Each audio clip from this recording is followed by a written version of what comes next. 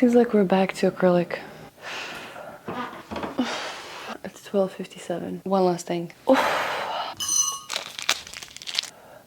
It's hot.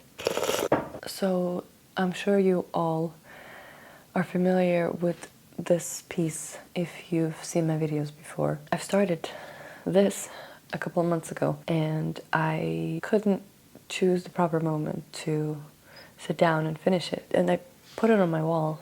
And the more I looked at it, the more this blue annoyed me. So today we are grabbing acrylics again and switching it up a little bit and kind of transforming this annoying blue into something more interesting, hopefully. No wine today, unfortunately, because I've been sick for the past week, trying to minimize the amount of alcohol in my life. You know, somehow I became this really lucky person to get sick in August, in the middle of the worst heat during the summer, because in the last couple of days it's been like plus 33. I'm sure a lot of people have to endure way more than just plus 33 Celsius. But for me it's hot, and especially when you have a fever and you're sick and you're sweating like a pig and it's plus 33 outside, it's not nice. And it's been a couple of days. I feel better, and as soon as I felt more energy and as soon as I felt like I can pull myself together again, I put up a camera on my tripod and came back to this. So today we're doing acrylics again, and instead of this annoying shiny blue, I don't know if you can see it, we're gonna go with a deeper shade and we're just gonna mix it all on canvas. And there's a little bit left. I hope it's gonna be enough.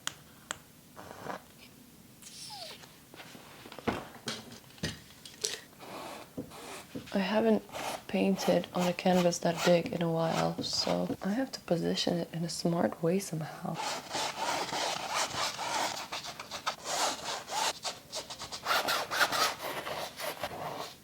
Oh, my shoulder hurts from this position already. This is annoying. Ow, ow.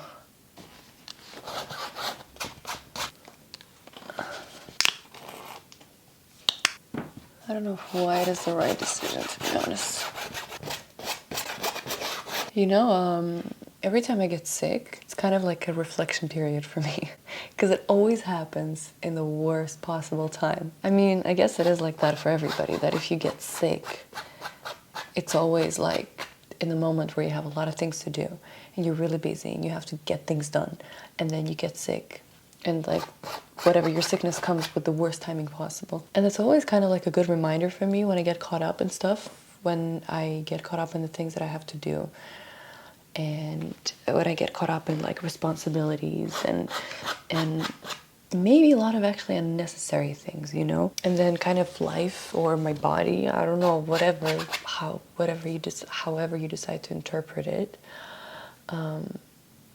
it reminds me that maybe I'm doing a bit too much, or like I'm abusing my body too much. I'm like pushing it to the limit when it starts kind of like pushing back. And yeah, it's always like definitely a time for like reflection for me personally, because then I get sick. When I usually get sick, I get sick to the point where I'm just like staying in bed and I cannot really do anything. And of course I have to like cancel or reschedule my plans that I had prior to the sickness. What's interesting is that a lot of the things that you think are so important that you really like have to do, like you either do them or you die. With that kind of attitude, with a lot of things that you feel like you have to do and you feel like they're very important.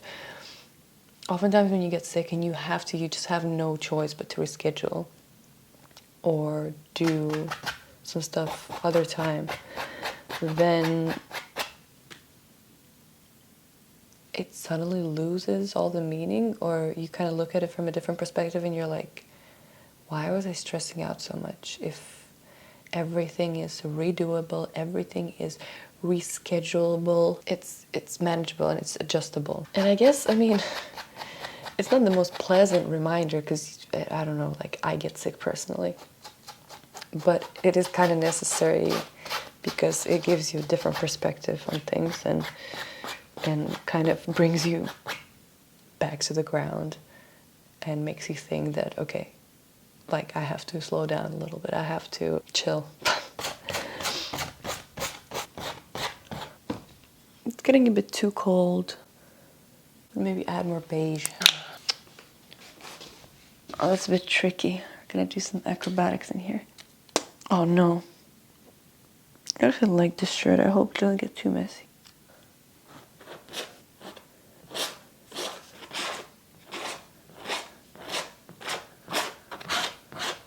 I always liked how with acrylics you can just do layer over layer and still be fine.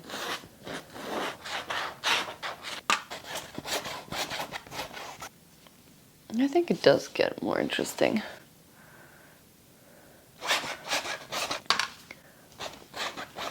You know, also, when you get sick, I would say it's kind of,